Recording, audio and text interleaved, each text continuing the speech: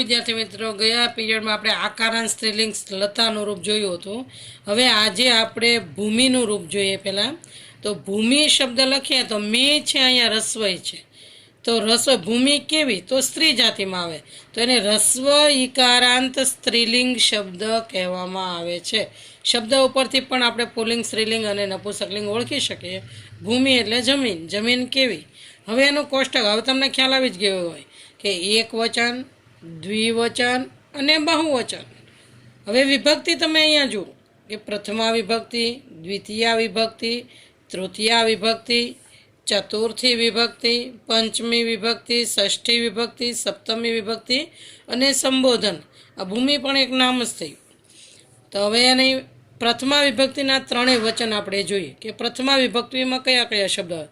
તો ભૂમિ, ભૂમિ આપણો શબ્દ છે અને બાજુમાં વિસર્ગ છે. એ પ્રથમા વિભક્તિ એક વચનનો પ્રત્યય છે. તો તમારે ભૂમિ વિસર્ગ આવે એટલે ખ્યાલ આવી જાય કે આ રસ્વ ઈકારાંત સ્ત્રીલિંગની પ્રથમા વિભક્તિ એક વચન થઈ. હવે ભૂમિ, તો આ મી છે, દીર્ઘ થઈ ગયું. હવે આપણો શબ્દ કેવો છે? રસ્વઈનો છે. પણ જ્યારે પ્રથમા વિભક્તિનું દ્વિવચન કરવું હોય ત્યારે મી છે એ દીર્ઘ કરવું પડે. ભૂમિ એવો ભાર દેવો પડે મીને, દીર્ઘ હોવાથી. અને બહુવચન તમે જુઓ, પ્રથમાનું બહુવચન ભૂમયઃ, તો ભૂમિનું ખાલી ભૂમ થઈ ગયું અને યહ પ્રત્યય છે આપણી વિભક્તિનો પ્રત્યય છે, બહુવચન દર્શાવે છે. તો તમને પ્રથમા વિભક્તિ, એક વચન, દ્વિવચન અને બહુવચન આ રીતે તમારે યાદ રાખવું પડે. ભૂમિ, ભૂમિ, ભૂમયઃ. એ જ રીતે આપણે દ્વિતીય વિભક્તિના ત્રણ વચન જોઈએ. તો એક વચનમાં છે ભૂમિમ, તો દરેક જગ્યાએ દ્વિતીય વિભક્તિમાં મ ખોડો જ આવે એક વચન માટે. હવે દ્વિવચન તમે જુઓ, ભૂમિ, તો આ દીર્ઘ ઈ છે.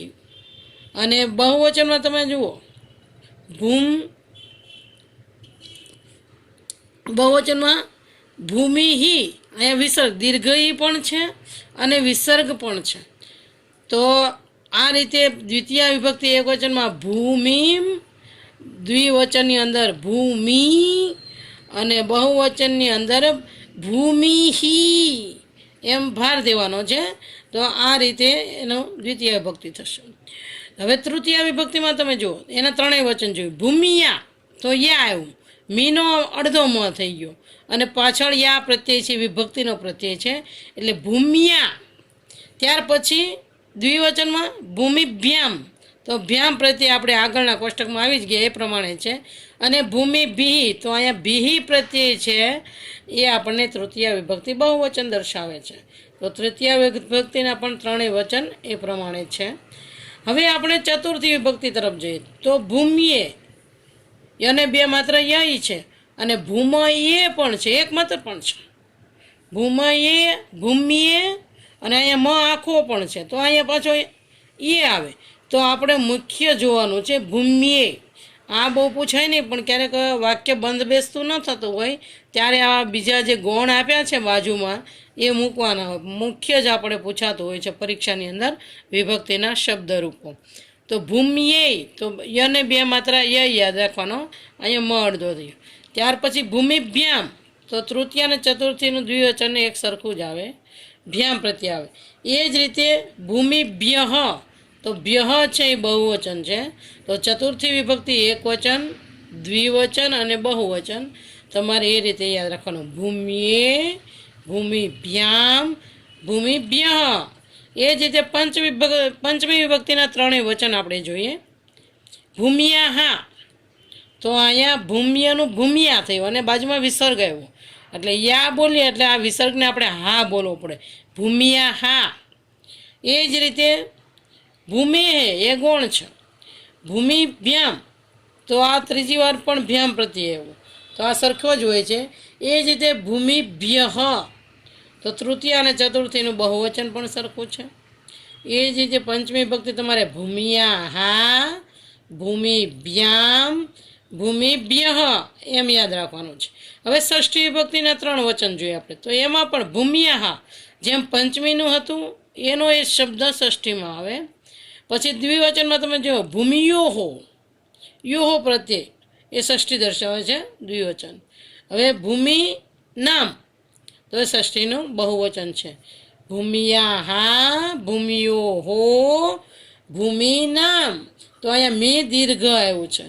3 જગ્યાએ દીર્ઘ આવશે, 4 જગ્યાએ દીર્ઘ આવશે કે પ્રથમ અને દ્વિતીયાનું દ્વિવચન, દ્વિતીયાનું બહુવચન અને ષષ્ઠીનું બહુવચન. આ 4 જગ્યાએ દીર્ઘ મી કરવાનું છે.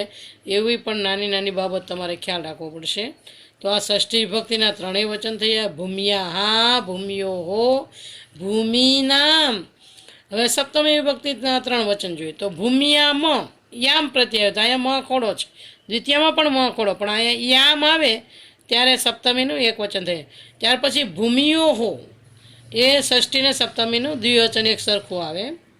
અને ભૂમિ શું, તો ભૂમિ શું, શું પ્રત્યય છે સપ્તમીનું બહુવચન છે. તો આ સપ્તમી વિભક્તિના 3 વચન થયા. ભૂમ્યામ, ભૂમિયો હો, ભૂમિ શું. હવે એ જ રીતે સંબોધન. હે ભૂમે, હે ભૂમિ, હે ભૂમે, હે ભૂમિ, હે ભૂમય. આ રીતે સંબોધન થયું. હવે આપણે બીજા કોષ્ટક ઉપર જઈશું. હવે આવા બીજા કોષ્ટક કેવા બને, તો કે વૃષ્ટિ. તો ષ્ટિ છે એ રસ્વઈ છે, તો વૃષ્ટિ એટલે વરસાદ.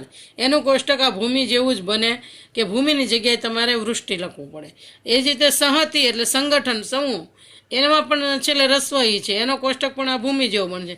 એ જ રીતે હાનિ, હાનિ એટલે નુકસાન, તો એમાં પણ રસ્વઈ છે ને એનો કોષ્ટક પણ આ રીતે બનાવી શકાય કે નીચે જે શબ્દ આપેલા છે પાઠ્યપુસ્તકમાં એનો ઉપરના જેવા કોષ્ટક બની શકે. હવે આપણે છઠ્ઠો કોષ્ટક જોઈએ નદી. તો નદીમાં દને દીર્ઘ ઈ લાગેલું, નદી. તો દીર્ઘ ઈકારાંત સ્ત્રીલિંગ શબ્દ છે. પહેલો આપણે રસ્વ ઈકારાંત સ્ત્રીલિંગ શબ્દ જોયો. હવે દીર્ઘ ઈકારાંત સ્ત્રીલિંગ નદી. તો અમુક શબ્દો અમુક વિભક્તિ સરખી જ આવશે, અમુકમાં ફેરફાર હશે. હવે તમે જુઓ નદી, ભૂમિમાં અહીંયા વિસર્ગ હતો, અહીંયા વિસર્ગ નથી, ખાલી નદીનું નદી જ છે.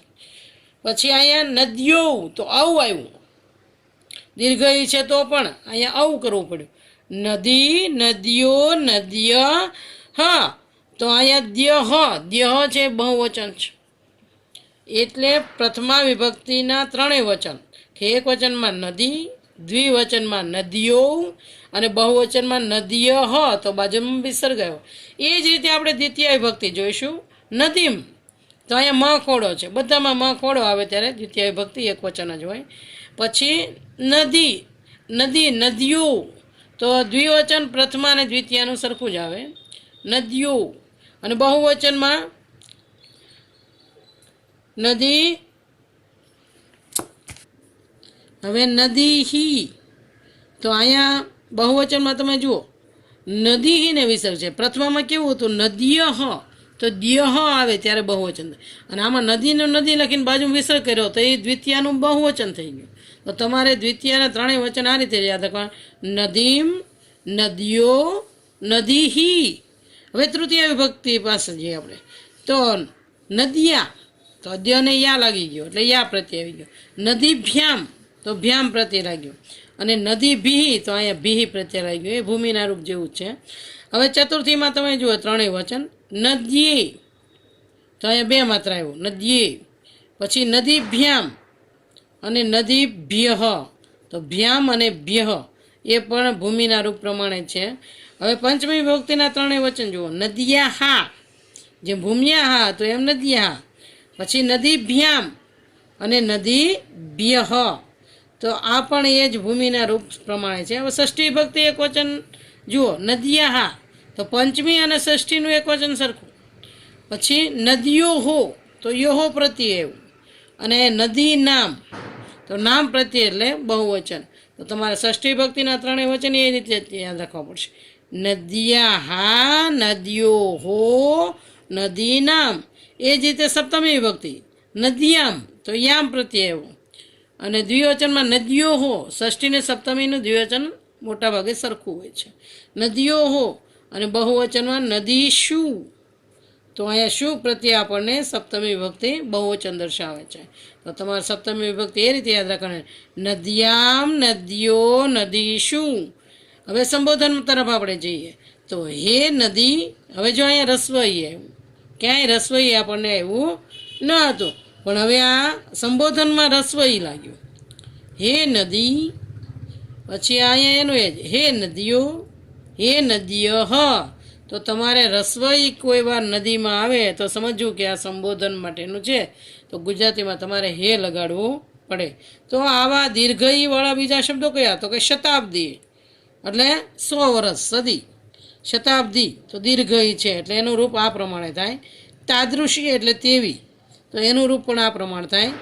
અને અંગુલી એટલે આંગળી, અંગુલી તો દીર્ઘઈ આવ્યું તો એનું રૂપ પણ આ પ્રમાણે થશે, શતાબ્દી, તાદૃશી અને અંગુલી, તો એના રૂપો આ નદી પ્રમાણે થાય.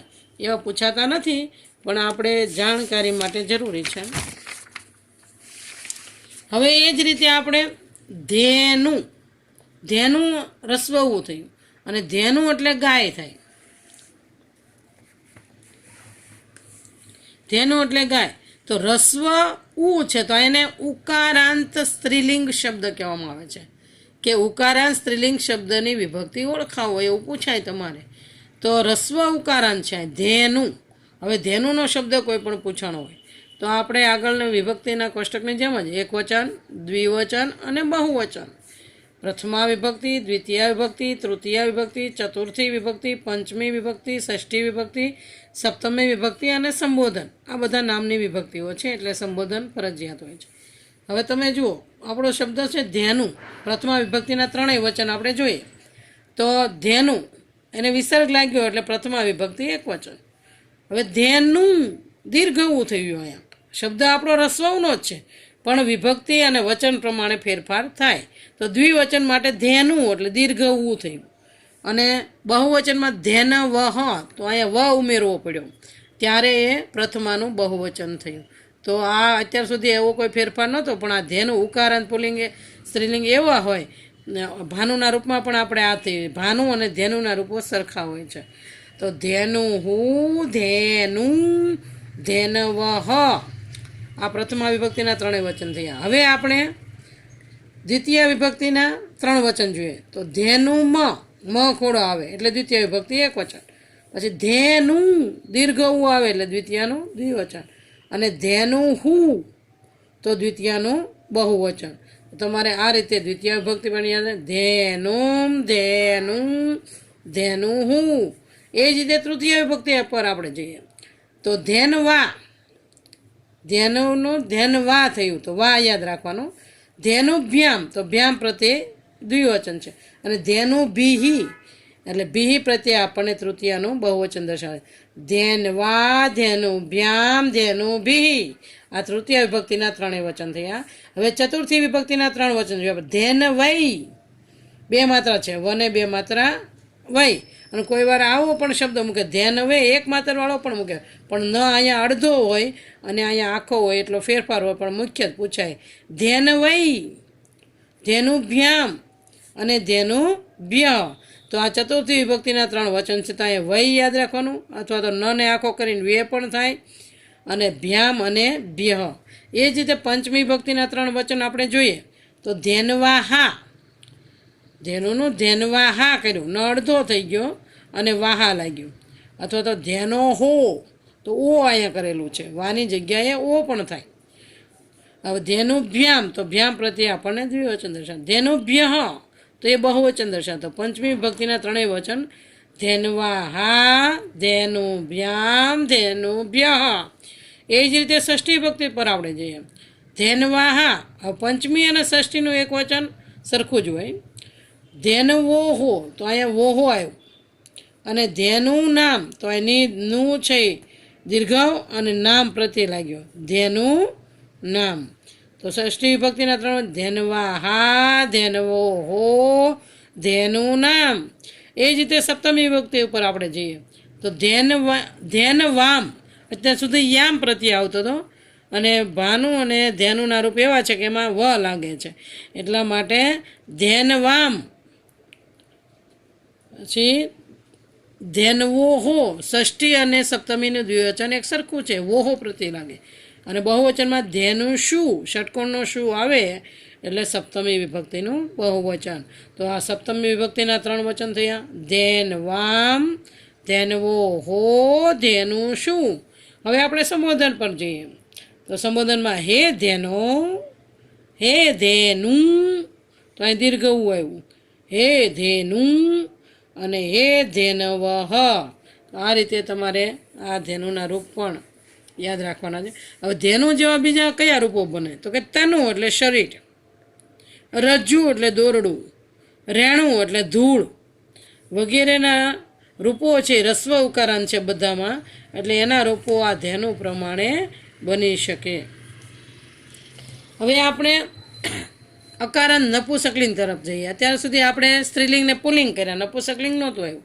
હવે આ નપુંસકલિંગનું એક રૂપ આપણે જોઈએ કે ફલ. ફલ એટલે ફળ થાય. આપણે જે તમે ફળ ફ્રૂટ ખાઓ છો એને ફલ કહેવામાં આવે છે.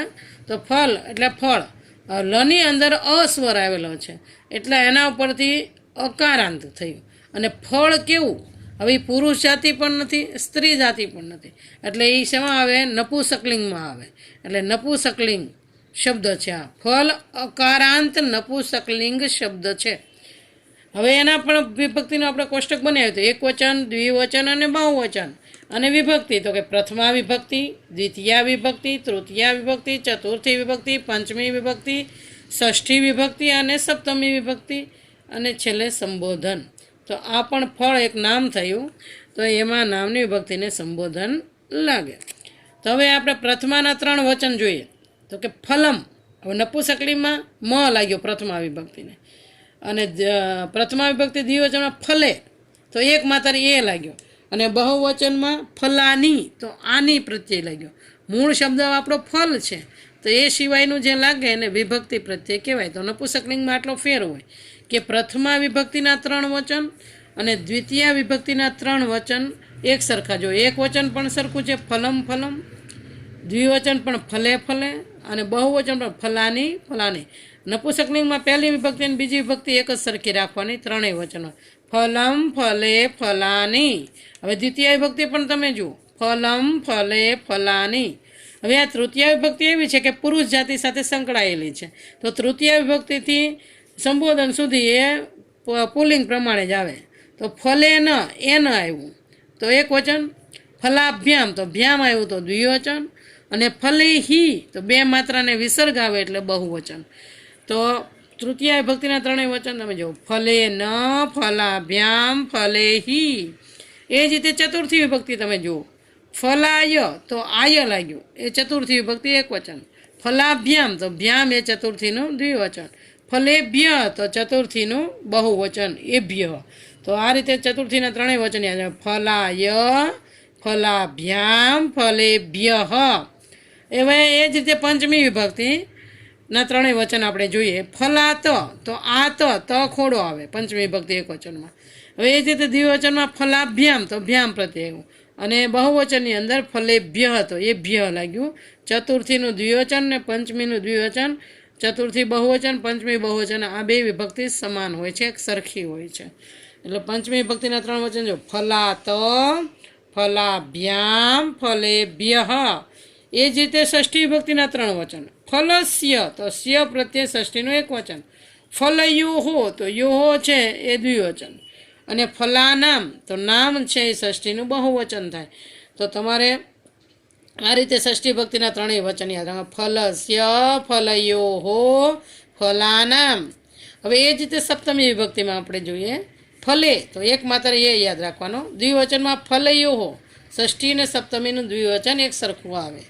અને ફલે શું તો એ શું આવે એ સપ્તમીનું બહુવચન છે. ફલે, ફલયોહો, ફલે શું. તો આ રીતે તમારે કોષ્ટક યાદ રાખવાનું છે. અને હવે સંબોધન કે હે ફલ, હે ફલે, હે ફલાની. તો આ સંબોધન પણ એ જ રીતે છે, પ્રથમાને સંબોધન સમાન જેવા જો છે. હે ફલ, હે ફલે, હે ફલાની. હવે આના જેવા બીજા શબ્દો કયા બની શકે તો નિધાન એટલે ખજાનો, નની અંદર અસ્વર આવેલો છે એટલે અકારાંત થયું, ભંડાર. હવે ઉપનગર તો રની અંદર અસ્વર આવે, ઉપનગર એટલે નાનું શહેર અથવા નગર. તો એના પણ આ પ્રમાણે કોષ્ટક બને. એ જ રીતે વિત્ત, વિત્ત એટલે ધન, તો તની અંદર અસ્વર આવેલો છે, પૈસો, એટલે એનું પણ આ રીતે. ચિત્ત, ચિત્ત એટલે મન, તો એનો કોષ્ટક પણ આ રીતે બનશે.